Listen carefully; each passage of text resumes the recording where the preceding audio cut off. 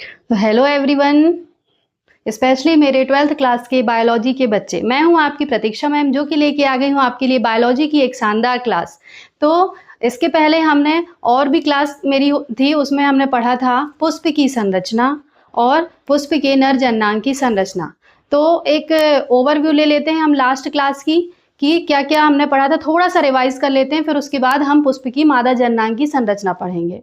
तो फर्स्ट में हम देखे थे पुष्प की संरचना, जो कि पुष्प की संरचना का मैं बताई थी कि इसको दो भागों में हम डिवाइड कर लेते हैं। फर्स्ट भाग था हमारा सहायक अंग और दूसरा भाग था लैंगिक अंग। तो सहायक अंग में था बाह्यदल और दल, और लैंगिक अंग में था पुंकेसर और स्त्रीकेसर। ठीक है, ये चार भागों से मिलकर हमारा पुष्प की संरचना पूरी कंप्लीट हुई थी। उसके बाद हम पढ़े थे पुष्प के नर जननांग की संरचना। तो नर जननांग का भी मैं बताई थी क्या कि यह मुख्यतः दो भागों से मिलकर बनता है। फर्स्ट भाग था तंतु और दूसरा भाग था पुंकेसर। ठीक है, तो पुंकेसर या परागकोश दूसरा भाग वो था। तो दो भागों से मिलकर वो बना था। अब उसके बाद हम देखेंगे पुष्प की मादा जननांग की संरचना। अब मादा जननांग की संरचना में क्या होगा? मादा जननांग क्या थी? मादा जननांग का नाम है हमारा स्त्रीकेसर। ठीक है, अब स्त्रीकेसर में देखो, स्त्रीकेसर मुख्यतः तीन भागों से मिलकर बनता है। पुंकेसर कितने भागों से मिलकर बना था? दो। और स्त्रीकेसर कितने भागों से मिलकर बनेगा? तीन। तो इसको हम डायग्राम के थ्रू समझते हैं कि ये डायग्राम में कैसे तीन भागों से मिलकर बना है। ये देखिए, फर्स्ट वाला भाग एक तो ये होगा, सेकंड भाग है यह, और थर्ड भाग है ये। ठीक है, अब फर्स्ट वाला भाग हमारा देखिए, फर्स्ट वाले भाग का नाम है वर्तिकाग्र। वर्तिकाग्र या स्टिग्मा। और सेकंड भाग का नाम है वर्तिका। वर्तिका या स्टाइल। और थर्ड भाग है, ये बीच वाला जो भाग होगा वो होगा अंडाशय। अंडाशय या ओवरी। तो नॉर्मली ये तीन भाग हैं स्त्रीकेसर के। तो इसमें होता क्या है? वर्तिकाग्र। ये देखिए, वर्तिकाग्र का क्या कार्य होगा? वर्तिकाग्र नॉर्मली क्या होगा? यह चिपचिपा रहता है। ये चीज आप याद रखना कि वर्तिकाग्र क्या होगा? चिपचिपा रहता है। जैसे कि कोई भी नर जननांग, हमने पुंकेसर की संरचना पढ़ी थी, ये वाली याद होगी आपको। पुंकेसर में यहाँ पे क्या था? परागकण। परागकण जो कि मैं बताई थी, परागकण पाउडर फॉर्म में रहता है। पाउडर फॉर्म में ये रहेगा। हवा चली, हवा के बाद यह उड़ के कहाँ आया? वर्तिकाग्र में। ये आया वर्तिकाग्र में। अगर वर्तिकाग्र भी इसकी जगह सूखा रहता तो ये दोनों तो झड़ जाते। वर्तिकाग्र कैसा है? चिपचिपा है ना, चिपचिपी सी इसकी क्या होगी? संरचना। तो पुंकेसर का परागकण या यहां से एक नर युग्मक, नर युग्मक कहाँ आया? वर्तिकाग्र में आया। वर्तिकाग्र में यह आके क्या हो गया? चिपक गया। ठीक है, चिपकने के बाद अब यहां से सीधे आ रहा है कहाँ? ये नीचे वर्तिका। वर्तिका से होते हुए आ रहा है। तो वर्तिका क्या होगा? वर्तिका का क्या कार्य रहता है? यह एक रास्ते का कार्य करती है। क्या करेगी? रास्ते का कार्य करेगी। ठीक है, और रास्ते का कार्य करेगी। लेकिन देखो, दो संरचना है, वर्तिकाग्र और अंडाशय। लेकिन ये दोनों कैसे कैसे? थोड़ी थोड़ी सी मोटी सी संरचना दिख रही है ना, और बीच में है वर्तिका। वर्तिका को क्या बोल रहे हैं? स्टाइल। स्टाइल मतलब देखना, स्टाइलिश सी है ये। वर्तिका क्यों स्टाइलिश सी है? ये दोनों तो मोटे हैं, लेकिन ये कैसी है? पतली है ना। तो पतली है, इस कारण ये क्या है? स्टाइलिश है। तो ऐसे याद रखना आप कि स्टाइल मतलब यह दोनों के फॉर्म में अगर बीच में देखा जाए तो रास्ते का निर्माण कर रही है ना, और पतली है तो ये स्टाइलिश सी है थोड़ी। तो ये हो गया स्टाइल। अब इसके बाद यहां से नर युग्मक आएगा, और बीच में देखना ये हमारा बीजांड वाला भाग, ये इसको हम बोलते हैं बीजांड। ये वाला क्या होगा? बीच वाला भाग क्या कहलाता है? बीजांड। ठीक है, अब अंडाशय क्या होगा? लास्ट में जाके अंडाशय ही एक काय का निर्माण करता है? फल का निर्माण करता है। आगे जाके अंडाशय हमेशा अपनी एक संतति का निर्माण करता है। वो संतति क्या होगी? फल। अंडाशय की संतति, आप याद रखिएगा कि अंडाशय की संतति का नाम क्या होगा? फल होगा। ठीक है, अब वर्तिका से होके नरयुग्मक आया, नरयुग्मक आने के बाद यहाँ पे कहाँ होगा, ये बीच वाला भाग हमारा कहलाता है मादा युग्मक। मादा युग्मक, मादा युग्मक मतलब क्या होगा, ये अंड कोशिका, इसको हम क्या बोल सकते हैं, अंड कोशिका। तो नर युग्मक कहाँ आया, यहां से आते हुए ये अंड कोशिका में आ गया। अंड कोशिका में आने के बाद ये कहाँ, देखो बीजांड से, बीजांड में क्या होगा, निषेचन, बीजांड में निषेचन हुआ है ना, और निषेचन होने के बाद ये क्या होगा, लास्ट में एक बीज में परिवर्तित हो जाएगा, बीज में परिवर्तित हो जाएगा। तो इस प्रकार से मादा जननांग की संरचना पूरी कंप्लीट होती है। एक बार और रिवाइज करके अपन देख लेते हैं। पुष्प की संरचना मैंने बताया था कि नर युग्मक, ये वाला जो है हमारा पराग कण वाली संरचना, ठीक है, ये केवल मैंने समझाने के लिए बताया, ये इसमें है नहीं, है ना।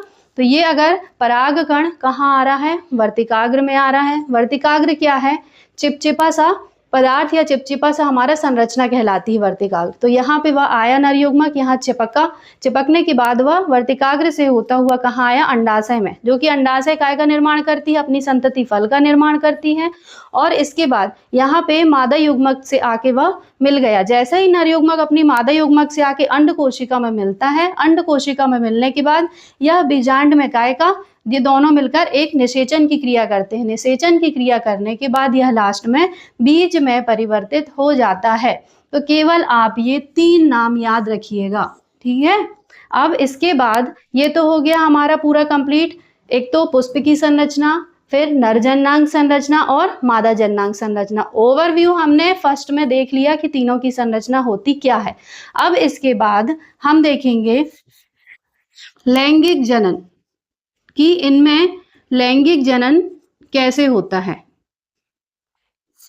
इन सब में लैंगिक जनन कैसे होता है। अब लैंगिक जनन की भी 3 प्रावस्थाएं हैं। एक तो पहली प्रावस्था होगी निषेचन पूर्व प्रावस्था, फिर निषेचन प्रावस्था, फिर इसके बाद निषेचन पश्च प्रावस्था। तो निषेचन पूर्व प्रावस्था में ही क्या होता है, युग्मक जनन, मतलब कि युग्मकों का निर्माण होता है। कौन कौन से युग्मक का निर्माण होगा, नर युग्मक और मादा युग्मक, ये दोनों का निर्माण काय में होगा, युग्मक जनन या निषेचन पूर्व प्रावस्था में। और बीच में क्या होगा, फर्स्ट वाला तो हो गया निषेचन पूर्व अवस्था, इसके बाद निषेचन और लास्ट में पश्च अवस्था।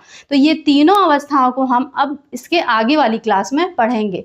तो ये सब कंप्लीट होने के बाद एक होमवर्क है आप लोगों के लिए, जो कि आप प्लीज कमेंट में बताइएगा ये होमवर्क के आंसर, क्योंकि इतना सब पढ़ने के बाद आपको पूरे नाम याद हो गए होंगे।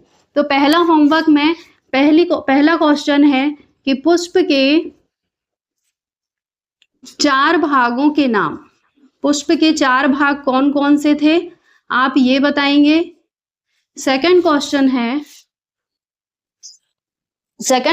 है पुमंग किसे कहते हैं, पुमंग किसे कहते हैं। और थर्ड क्वेश्चन है स्त्री केसर के 3 भाग कौन कौन से हैं। अब स्त्री केसर के 3 भाग तो सामने दिख रहा होगा, अगर आप लोगों को याद हो जाएगा तो बताइएगा। बाकी ये दोनों क्वेश्चन है, प्लीज कमेंट में इनके आंसर बताइए और तुरंत बताइए। तो अब हम देखते हैं पुष्प की मादा जननांग की संरचना। तो उसमें पहले तो डायग्राम बना लिया था हमने, लेकिन डायग्राम के बाद भी उसके जो 3 भाग हैं, 3 भागों के बारे में पूरा डिस्क्राइब करना भी जरूरी है। तो देखते हैं कि उसके 3 भाग में हमें लिखना क्या क्या है। डायग्राम बनाने के बाद में, ये लिखने के बाद ही आपको एग्जाम में अच्छे नंबर मिलेंगे। अगर एग्जाम में क्वेश्चन आ रहा है कि पुष्प के मादा जननांग की संरचना का संक्षिप्त वर्णन कीजिए, तो पहले आप डायग्राम बनाएंगे, जो कि मैंने आपको बताया था, कौन सा, ये वाले फिगर का। डायग्राम बनाने के बाद ही ये तीनों भागों को लिखना है। तो चलिए तीनों भाग हम समझते हैं कि तीनों भाग में लिखना क्या क्या है। तो पहला है उसमें वर्तिकाग्र या स्टिग्मा। तो वर्तिकाग्र मैंने आपको बताया था कि ये जो फर्स्ट वाला भाग है हमारा ऊपर का, ये वाला भाग है वो वर्तिकाग्र कहलाता है। यह वर्तिका का अग्रस्थ फूला हुआ चिपचिपा या रोएदार भाग होता है जो परागण के समय पराग कणों को ग्रहण करता है। मैंने आपको बताया था कि यहाँ पे चिपचिपा पदार्थ होता है, यहाँ से अगर कोई नर युग्मक आता है तो नर युग्मक क्या होगा, जैसे कि अपना जासवन का या गुड़हल का पुष्प है, उसमें जो रोएदार येलो कलर का जो भाग रहता है वह है नर युग्मक। अगर यहाँ पे आ रहा है तो यहाँ पे वो क्या होगा, चिपचिपा पदार्थ होने के कारण ही चिपक जाता है। तो वर्तिकाग्र का यही कार्य है कि वह अग्रस्थ फूला हुआ सबसे ऊपर वाला चिपचिपा रोएदार भाग होता है जो परागण के समय पराग कणों को अपने ओर आकर्षित करता है और ग्रहण करता है। फिर सेकंड भाग देखेंगे, वर्तिका या स्टाइल। तो मैंने आपको पहले ही बताया था कि यहाँ पे ये पतली सी फिगर की ये क्या है, स्टाइल। स्टाइलिश जो होती है वह क्या है, सबसे पतली है। तो स्टाइल में क्या होगा, यह जायांग का मध्य भाग होता है। ये तो शीर्ष भाग ऊपर वाला हो गया, बीच वाला मध्य भाग होता है जिसकी संरचना नलिका के जैसी होती है। या तो एक ये क्या है, रास्ते का निर्माण भी करता है नलिका के रूप में, और अगर नरयुग्मक यहाँ पे आ रहा है तो वह नीचे भी जाएगा। कहाँ से जाएगा, स्टाइल के थ्रू ही जाएगा। थर्ड भाग है हमारा अंडाशय या ओवरी। तो यह पुष्पासन से लगा हुआ जायांग का सबसे नीचे का फूला हुआ भाग होता है। ये नीचे वाला भाग हमारा फूला हुआ क्या कहलाएगा, अंडाशय, जिसमें मादा जनन कोश या बीजांड का निर्माण होता है। इसी के बीच में ही हमारा यहाँ पे बीजांड का निर्माण होता है। तो इस प्रकार से हम देख सकते हैं कि पुष्प की मादा जननांग की संरचना ये मुख्यतः 3 भागों से मिलकर बनी होती है। तो ये बहुत अच्छे तरीके से आप समझ गए होंगे। उसके बाद आपको लिखना भी जरूरी है। तो इसके बाद हम मिलते हैं नेक्स्ट वीडियो में, तब तक के लिए राधे राधे।